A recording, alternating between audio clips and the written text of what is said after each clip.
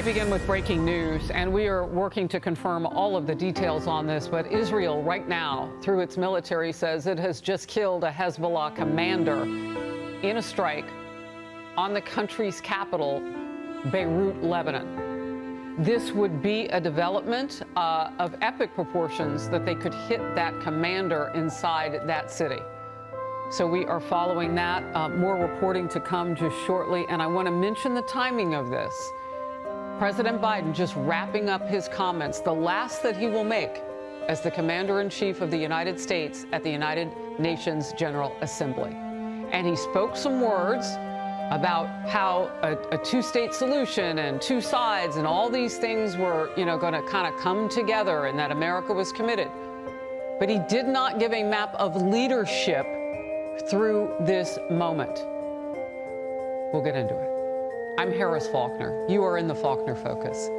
Exactly what Biden said about the conflict moments ago. Let's watch. Since October 7, we've also been determined to prevent a wider war that engulfs the entire region. Hezbollah, unprovoked, joined the October 7 attack, launching rockets into Israel. Almost a year later, too many on each side of the Israeli-Lebanon border remain displaced. A full-scale war is not in anyone's interest. Even if the situation has escalated, a diplomatic solution is still possible.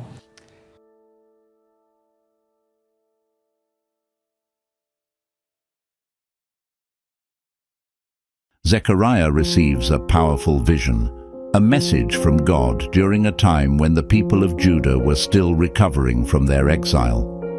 In this vision, he sees a man riding a red horse, standing among beautiful myrtle trees with other horses, red, speckled and white, following behind. These horses are not the same as the 4 horsemen from Revelation, but rather they represent scouts or messengers sent by God to observe what is happening in the world.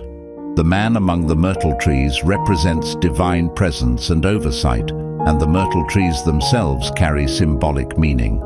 Myrtles are known for their evergreen beauty and fragrant flowers, representing peace and restoration, which was especially important as the people of Judah were in a state of rebuilding and renewal.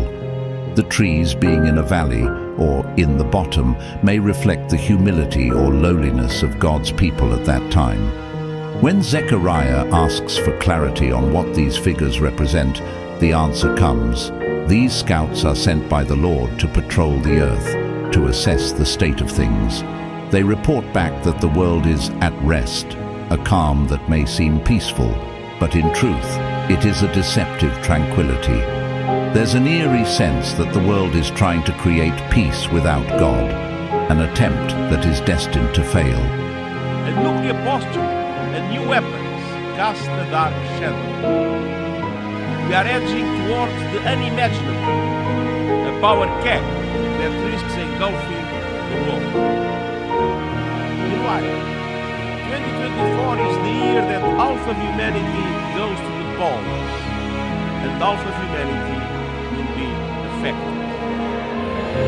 I stand before you in these whirlwinds, convinced of 2 overriding truths. First, the state of our world is unsustainable. We can't go on like this. And second, the challenges we face are solvable. But that requires us to make sure the mechanisms of international problem solving actually solve problems. The Summit of the Future was a first step, but we have a long way to go. And getting there requires confronting 3 major drivers of unsustainability.